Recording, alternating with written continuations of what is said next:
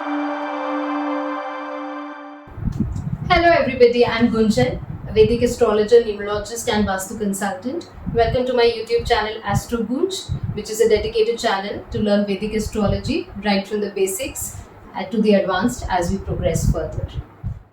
So there are a lot of channels dedicated to astrology, but I saw a gap where the basics are not discussed properly, and people do have a gap in the understanding of basics, and that is why they're not able to catch the advanced. So here we are going to talk about the right from the basics of Vedic astrology, how we actually start seeing the chart. So first, to see the chart, we have to make the horoscope. How do we make the horoscope? What are the three requisites for making a Vedic horoscope? Now, Vedic astrology requires the date of birth of the individual for whom the horoscope is going to be cast. Along with date, we need the time of birth and also the place of birth. So, date, time, place are very, very important, and without these details, a horoscope cannot be cast. Now, what does the horoscope look like? Now, in Vedic astrology, a horoscope has 12 houses, and the 9 planets are accommodated in these 12 houses depending on how the planets were positioned at the time of birth of that particular individual. So let us get into details of what are these 12 signs, these 9 planets and these 12 houses. So today in this video I will be talking about the 12 signs of the Rashi. Now, what is Rashi in Vedic astrology? We know that there are 12 Rashis or signs, but colloquially when we say that this person is of this so and so Rashi, it typically means that your moon is in that particular zodiac sign, that particular sign.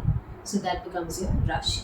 However, your sun can be positioned in another sign, that is your sun sign, that is where your sun is, and other planets will be in some of the other signs, so those signs are also important. And most importantly, your first house or the ascendant is of a particular sign, and that is your ascendant sign. So please do not get confused. Ascendant sign, sun sign and moon signs are 3 different signs. For somebody who has sun and moon positioned in the ascendant, in the first sign itself, all 3 could be the same, but mostly all 3 are different in most cases. So please do not get confused. So without much ado, let's get started with what are these 12 Rashis. So the first Rashi is Aries. Aries is represented by the ram or the sheep.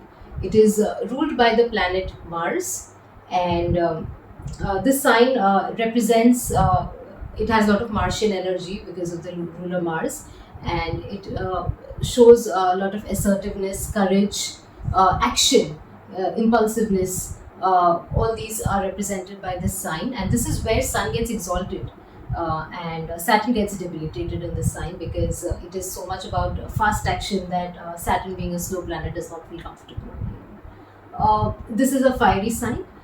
Next, we have Taurus, represented by the bull. It is an earthy sign. Like the bull is very grounded, so are the people of this sign. It is a very materialistic sign, luxury, sensuality, cosmetics. Anything to do with luxury is signified by this particular sign, which is actually ruled by Venus. And this is an earth sign, and this is where actually moon gets exalted because moon is the most comfortable, where there is comfort and luxury, because moon is the queen.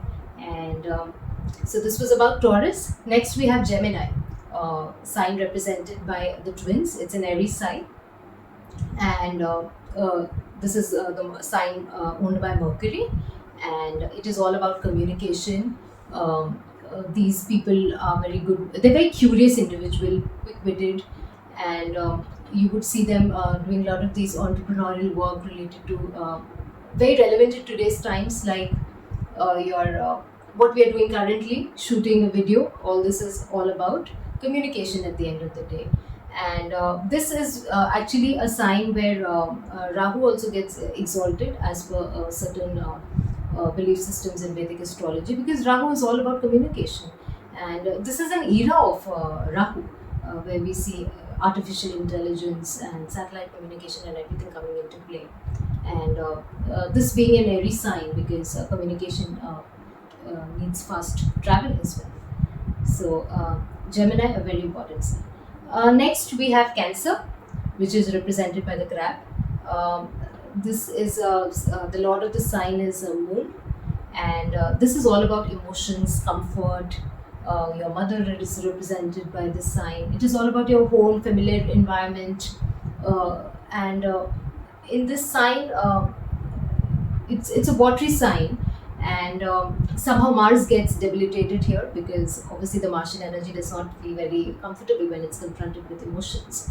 And in this particular sign, sense of comfort which comes out, which the native actually people in this sign really want, and they represent that. Next, we have the sign is Leo, which is represented by lion. This is the sign ruled by Sun, and it obviously signifies royalty. So people from the sign are very courageous. They are the leaders. They are decision makers. They are assertive, and since it's represented by Sun, all these qualities get very exemplified over here. They are also very creative. Self-expression, creativity is represented by this particular sign. After Leo, we have Virgo, which is represented by the Virgin Maiden, ruled by Mercury. This is where Mercury feels the most comfortable because it's all about analysis, getting into perfection, getting into details. You're a mathematician, chartered accountancy, all these would be seen by this particular sign. Here, Venus gets debilitated because Venusian energy is not very comfortable about getting into details, about analysis. So that was about Virgo. Also, Virgo represents medicine. A lot of medicine and healing capacity comes from this particular sign as well. Seventh sign is Libra, which is represented by the scales. It is ruled by Venus, and this is an Aries sign. And as the scales would represent, it is all about harmony, being fair, being because the scales, it's a judge. And in this sign, Saturn gets exalted, whereas Sun gets debilitated because Sun is not very comfortable to deal with the masses because Sun is the king and wants to enjoy the throne. Whereas Saturn is comfortable dealing with the masses. Saturn is all about harmony, and here this is about relationship. After all, harmony in a relationship is very, very important. Also, it's about Venus, so there is a sense of comfort and luxury and sensuality also associated with this sign. After Libra, we have the eighth sign, the mysterious Scorpio, uh, represented by the scorpion, of course. This sign is ruled by Mars, and also Ketu is considered as a co-lord here. And this sign, Moon gets debilitated over here. Now, this is interesting because it's a watery sign, and the Moon is all about emotions, and Moon itself is ruled by another watery sign, which is Cancer. However, Scorpio represents the deepest of the waters, and unfortunately, even a planet like Moon is not very comfortable when it has to deal with the deepest of your emotions.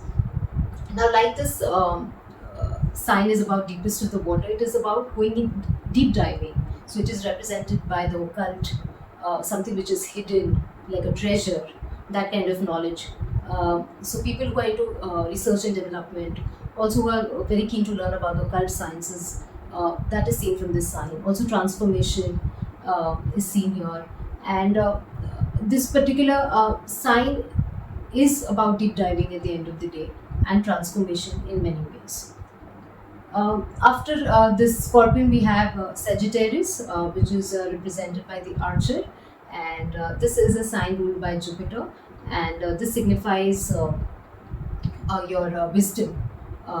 Lot of optimism, expansion, and growth is seen from this sign, very typical to the planet Jupiter.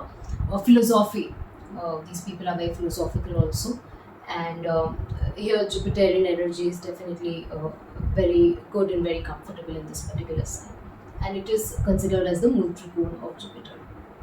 Um, Next is the 10th sign, which is Capricorn or Makar, which is represented by the seaport. And this is an earth sign, and it is the Lord is Saturn. Like Saturn, it is about hard work, discipline, bringing structure into anything and everything. So it could be a day to day work, or it could be your organization, or it could be anything you're dealing with. That particular area of life would have a lot of structure and discipline in that zone. And here where Mars gets exalted, because at the end of the day, Martian energy is all about action, all about work, which is focused. So this is where definitely the quality of Mars is uh, coming out at its best. Next we have Aquarius. This sign is again a very unique sign, because people Aquarius is again, the ruler is Saturn, but it has a co-lord in the form of Rahu. And as we know, Rahu is all about breaking the norm. So something which goes with this sign also. It is represented by water bearer, and you see a lot of innovation coming out with this sign. Again, something which is very relevant in today's times. You see again a lot of Rahu energy now, because of the innovation which is coming in each and every area of our life. Even what we are doing now is innovation. Who would have thought so many years back that you could shoot a video, post it on a social media platform? All this is again a lot of Aquarian energy, and it's more of out of the box thinking which comes out in this particular sign. And again, this is it's an Aries sign, and Saturn and Rahu both being co-lords, this definitely has a distinct flavor to the personality of the and to the area where this sign actually rules. Lastly, we have Pisces, represented by two fish. This is a watery sign. The ruler is Jupiter. This is a very distinct sign, because here Jupiter is in its own sign, but the exalted planet here is actually Venus, and somehow Mercury gets debilitated over here. So we see that the Venusian energy is at its best over here. Jupiterian energy is also very much present over here. So the spirituality, the sensuality, artists are seen from this particular sign, because here both Jupiter and Venus get their flavors. Now, many would argue that both Jupiter and Venus, one is a Dev Guru, the other is a Danav Guru, how both are coming in sync. Ultimately, we have to understand that both are gurus and both have the best of knowledge with them. And this is one sign where both actually have their distinct features, they're coming together. And this Piscean energy definitely brings a blend of both the planets. Mercury, they call it debilitated over here, but Mercury definitely has its own energy over here, and we will discuss more about it later, because in my belief system, it's not that the planets are very much debilitated or exalted in particular signs. They do have distinct energies, and the concept of debilitation may not be applicable in today's times, because a lot of things have changed from the times when Vedic astrology was thought of and the times which we are in here now. So to make it more relevant, these concepts may not be that applicable. So it's not that you have to be scared that if you have a debilitated planet, it is bad. No, it is not. It will give a different kind of energy which may be relevant in today's times.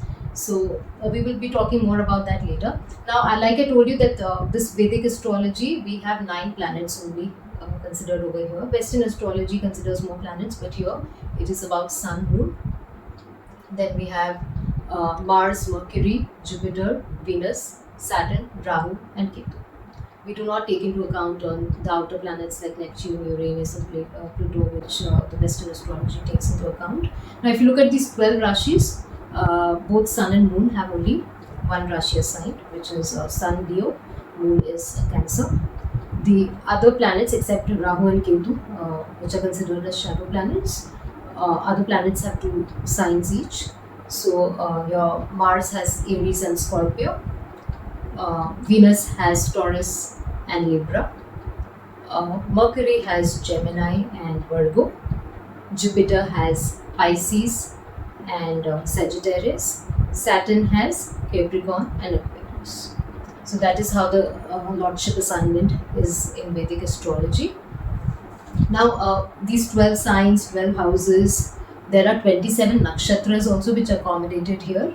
How these 27 nakshatras are accommodated in these 12 signs, we are going to be talking about all this much more in detail in the upcoming video. Until then, do like, subscribe, share and comment on this, and looking forward to meeting you in the next video. Bye-bye.